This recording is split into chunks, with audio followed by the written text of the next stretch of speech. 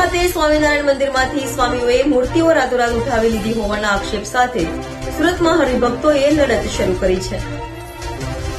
મહુવાના 185 વર્ષ જૂના સ્વામિનારાયણ મંદિરમાંથી સ્વામીઓએ જ મૂર્તિ રાતોરાત ઉઠાવી લેવાઈ હોવાનો પડઘો હવે સુરતમાં પણ પડ્યો છે।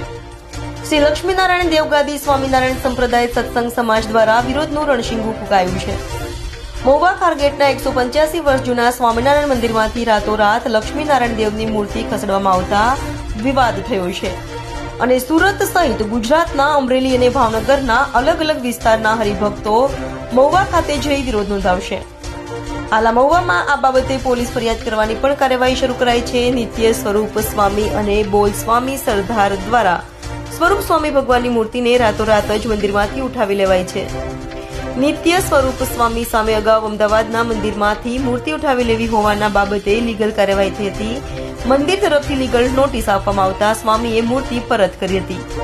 ઉપરાંત રાતોરાત જ મંદિરના ગેટની બહાર દિવાલ ચણી દેવામાં આવી છે। આચાર્ય વિહારી લાલજી મહારાજ દ્વારા 185 વર્ષ પહેલા ભગવાનની પ્રતિમાની સ્થાપના કરવામાં આવી હતી અને જૂના મંદિરમાં ફરીથી મૂર્તિ સ્થાપિત થાય તે માટે સુરતથી હરિભક્તોએ લડત શરૂ કરી છે।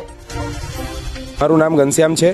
સુરતથી અમે સત્સંગી હરિભક્તો અત્યારે મહુવામાં 11 ડિસેમ્બરના રોજ જે અડધી રાત્રે ભગવાનની મૂર્તિઓ ચોરી લેવાની ઘટના બની એ ઘટનાના વિરોધમાં એકત્રિત થયા છીએ અને આ મીડિયાના માધ્યમથી અમે એ મેસેજ આપવા માંગીએ છીએ કે નિત્ય સ્વરૂપ સ્વામી સરદારને એમના મંડળના લોકો દ્વારા 185 વર્ષ જૂનું વિહારીલાલજી મહારાજના સ્વહસ્તે પ્રતિષ્ઠિત થયેલી ભગવાન લક્ષ્મીનારાયણ દેવ આદિકની જે મૂર્તિઓ છે એને રાતોરાત ત્યાંથી હટાવી લેવાનું જે નિંદનીય કર્મ કરવામાં આવ્યું છે। મૂર્તિઓ એક રીતે કહીએ તો ચોરી લેવામાં આવી છે, કારણ કે જે મંદિર આગલી રાત્રે 9 વાગ્યા સુધી ભગવાનની શયન આરતી સુધી જ્યાં મંદિર હતું, ભગવાન બિરાજમાન હતા, એ મંદિરની અંદર સવારે મંગળા આરતીના સમયે જ્યારે હરિભક્તો પહોંચ્યા ત્યારે મંદિરના મુખ્ય ગેટ ઉપર ગેટ હટાવીને ત્યાં દિવાલ ચણી નાખવામાં આવી હતી અને મંદિરની ધજાઓ ઉતારી અને જાણવા મળ્યું કે ભગવાનની મૂર્તિઓ છે એને પણ રાતોરાત હટાવી લેવામાં આવી છે।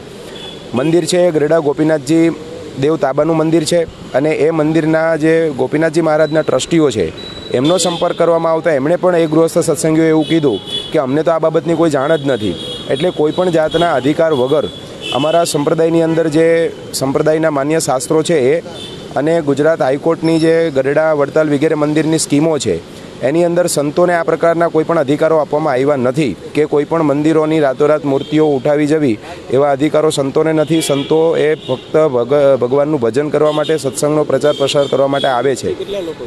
અહીંથી સુરતથી આ ઘટનાના વિરોધની અંદર હજારો સત્સંગીઓ જવાના છે અને આગામી રવિવારે ત્યાં રેલીનું આયોજન છે। આજે ત્યાં હરિભક્તો ત્યાં પોલીસમાં FIR આપવા માટે ગયા છે।